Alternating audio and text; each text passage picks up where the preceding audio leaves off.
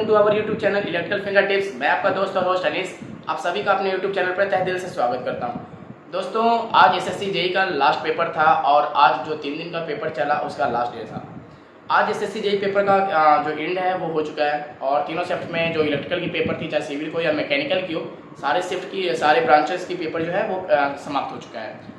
आज का पेपर जो शाम में हुआ 5 बजे से 7 बजे के बीच में इलेक्ट्रिकल के, उसकी रिव्यू मैं अभी करूँगा और आज मैं इस फैक्ट्स पे भी बात करूंगा कि किस एग्जाम पेपर में, किस शिफ्ट में नॉर्मलाइजेशन सबसे ज़्यादा देखने को मिलेगा। नॉर्मलाइजेशन प्लस पेपर का टफनेस किस पेपर में, किस शिफ्ट में सबसे ज़्यादा रहा और किसका कट ऑफ सबसे ज़्यादा हाई या कम जाएगा।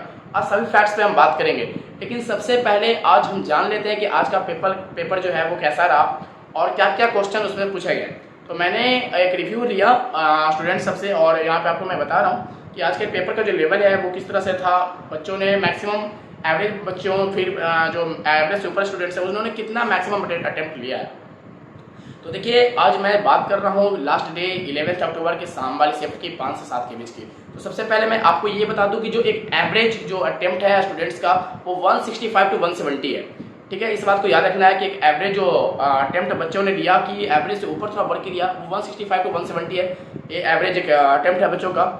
और सबसे ज़्यादा मैं ये बात करूँ कि आज के पेपर का लेवल कैसा था, टफनेस कैसा था, तो ये सबसे पहले जान लीजिए कि आज 2 सेक्शन में पेपर टेक और नॉन टेक में जैसे डिवाइड है। तो टेक का जो लेवल है वो थोड़ा लेंदी था, स्टेटमेंट बेस्ड क्वेश्चन ज़्यादा थे और टाइम टेकिंग क्वेश्चन थे। लेंदी क्वेश्चन थे, बच्चों के रिव्यू से ये सुनने को मिला कि सर जो पेपर था वो लेंदी था, स्टेटमेंट बेस्ड ज़्यादा क्वेश्चन थे और टाइम ज़्यादा ले रहा था। तो क्वेश्चन क्या क्या पूछा टेक्निकल में और किस तरह से पूछा, जैसे कि मैंने आपको पहले भी बताया था कि सर्किट के क्वेश्चंस ज़्यादा देखने को मिल रहे हैं, जिसमें करंट फाइंड आउट करने को, पावर फाइंड आउट करने का, रिएक्टिव पावर फाइंड आउट करने को बोला जा रहा है। मैंने पहले भी आपको टेलीग्राम पे मैसेज किया था कि सब चीज़ को देख लीजिएगा। अगर नहीं यकीन है तो आप अभी भी हमारे टेलीग्राम पे जा सकते हैं और जिसका लिंक इसी वीडियो के डिस्क्रिप्शन में, वहाँ देख सकते हैं। बिल्कुल वैसा ही हुआ है। सर्किट के क्वेश्चन इस शिफ्ट में भी अच्छे पूछे गए। देखिए, हम बताते हैं कि सबसे ज़्यादा पेपर जो सवाल जो था वो किन किन चीज़ों से था।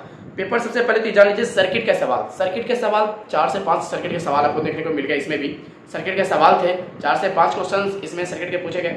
जैसे पिछला जो 2 पेपर हुआ था उसमें भी सर्किट के सवाल थे, उसी बेसिस पे मैंने एक आइडिया लगाया था कि इस बार भी पूछे जाएंगे। देखिए, उसके बाद अगर हम बात करें कि मशीन से अप्रॉक्स 25 से 26 क्वेश्चन थे, मशीन से थे। पावर सिस्टम के क्वेश्चन इसमें बार कम से कम 20 से 22 क्वेश्चन पावर सिस्टम के भी थे।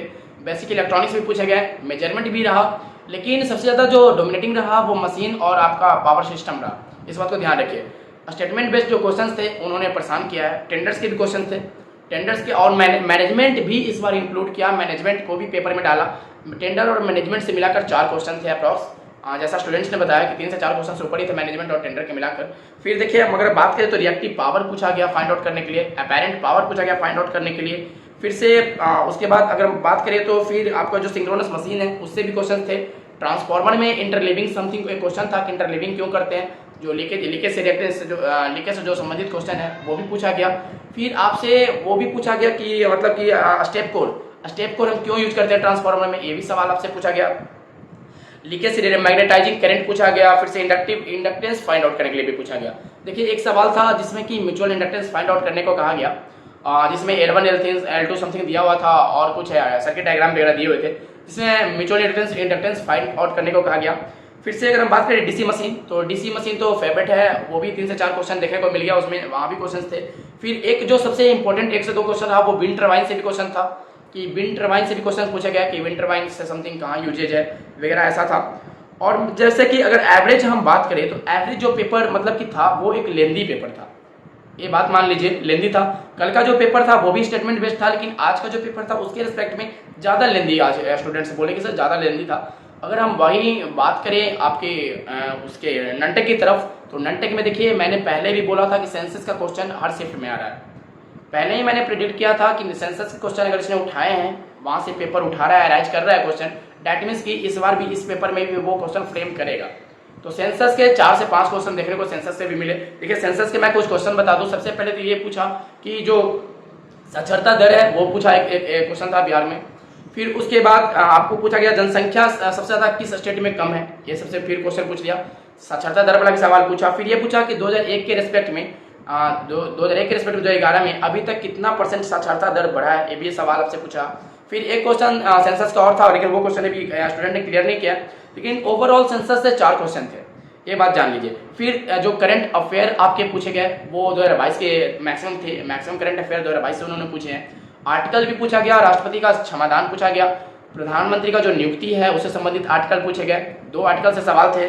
फिर उसके बाद एक जो हम बात करें तो अगर रीजनिंग की, तो रीजनिंग में जैसे मैंने आपको टेलीग्राम पे अभी भी आप देख सकते हैं मैसेज पढ़ा होगा, मैंने बोला था 5 से 6 एम्बेडेड फिगर रहेगा, लेकिन जबकि एक्चुअल में जो क्वेश्चन आया वो 7 से 8 क्वेश्चन एम्बेडेड फिगर के सिर्फ थे। रैंकिंग के क्वेश्चंस थे, सेटिंग अरेंजमेंट के क्वेश्चंस थे। सेटिंग अरेंजमेंट के 2 क्वेश्चन थे, एक सर्कल में और एक स्ट्रेट लाइन में क्वेश्चंस थे। टोटल ओवरऑल मतलब कि सबसे ज़्यादा इस पूरे शिफ्ट में अगर हम देखें जो तीनों पेपर हुआ उसमें एम्बेडेड फिगर का ज़्यादा बोलबाला रहा। रीजनिंग में जीके जिस जो था वो किसी का, जैसे तीनों शिफ्ट है, जैसे 9 तारीख को पेपर हुआ, 10 को पेपर हुआ और आज 11 तारीख को पेपर हुआ। करंट अफेयर जो है वो मतलब कि मैक्सिमम प्रोबेबिलिटी यही है कि मतलब बच्चों के पाले नहीं पड़े हैं। उन्होंने जो अटेम्प्ट किए हैं वो आपको जीके जैसे किए, करंट अफेयर उनके पाले नहीं पड़े हैं। फिर से करंट अफेयर में अगर हम बात करें तो वो 2022 का था इस बार आज के डेट में। वहीं जीके जिसकी बात करें तो एक वंश का क्वेश्चन पूछा गया। फिर से आपके उत्तर से दक्षिण की ओर बहने वाली नदी का नाम पूछा गया। छऊ डांस के बारे में पूछा गया कि किस भारत के किस डायरेक्शन में, मतलब किस दिशा में, उत्तर, पूर्व, पश्चिम और मध्य, ऐसा समथिंग ऑप्शन दिया हुआ था। तो झारखंड, उड़ीसा वगैरह में छऊ डांस वगैरह किया जाते हैं, तो उधर का वो पूछ लिया था कि किस जोन से, किस रीजन से वो रिलेटेड है, संबंधित है, ये सवाल पूछा गया। फिर आपको इकोनॉमिक्स के भी क्वेश्चन देखने को मिले, फिर से फेस्टिवल से भी क्वेश्चन थे।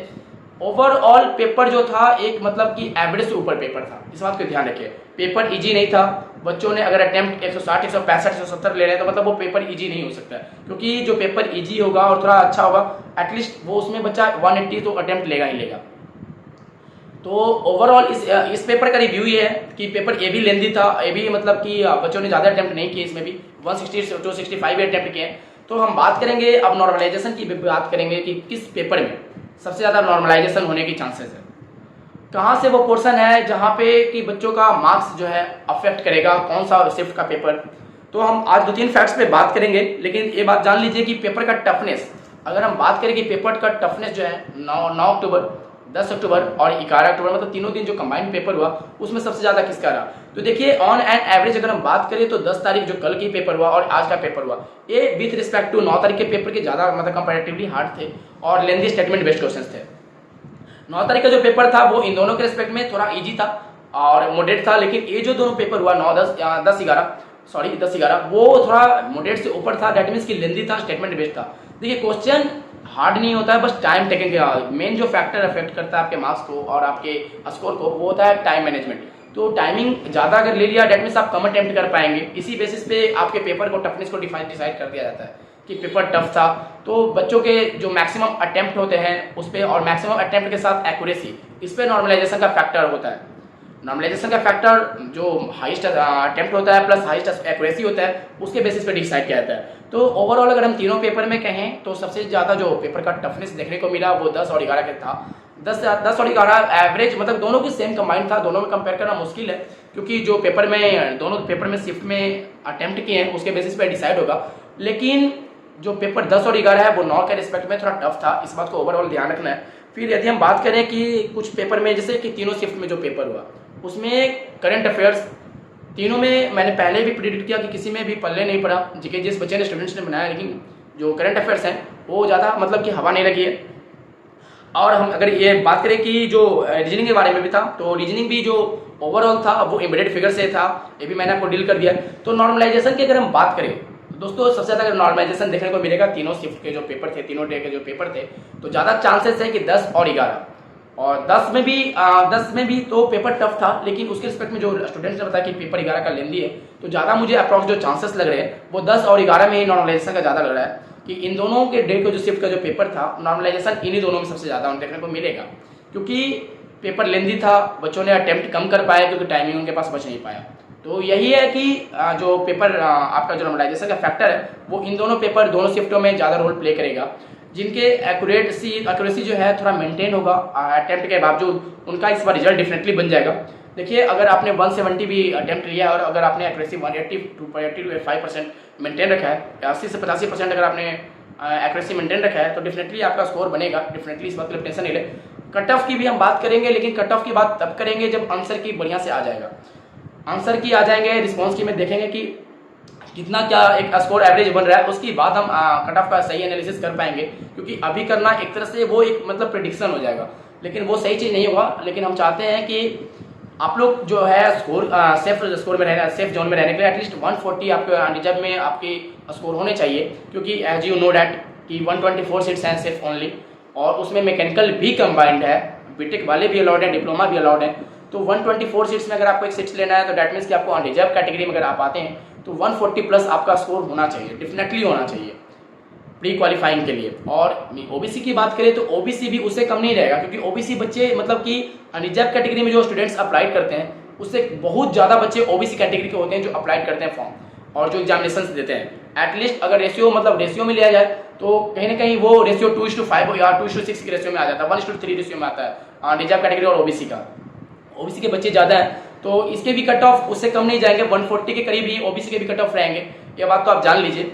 लेकिन जो प्रॉपर एनालिसिस है, जो डायरेक्ट डाटा का एनालिसिस होगा, वो तो जो यानी आंसर किया जाएगा, रिस्पांस किया जाएगा, फिर बच्चों के रिस्पांस के बेसिस पे कितने मार्क्स बन रहे हैं उस बेसिस पे ही डिसाइड होगा फाइनल। तो उस समय भी मैं कट ऑफ लाऊंगा, एक्सपेक्टेड कट ऑफ लाऊंगा, और डेफिनेटली ये बताऊंगा कि किस शिफ्ट में सबसे ज़्यादा नॉर्मलाइजेशन के चांसेस हैं।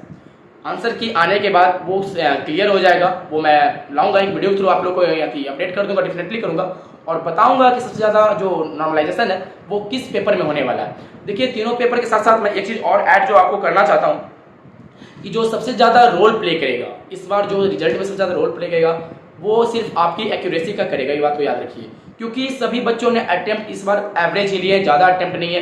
कोई एक ऐसा होता है कि 185 190 पेपर मतलब कि बच्चे अटेम्प्ट ले रहे हैं बहुत सारे, तो ऐसा नहीं हुआ है।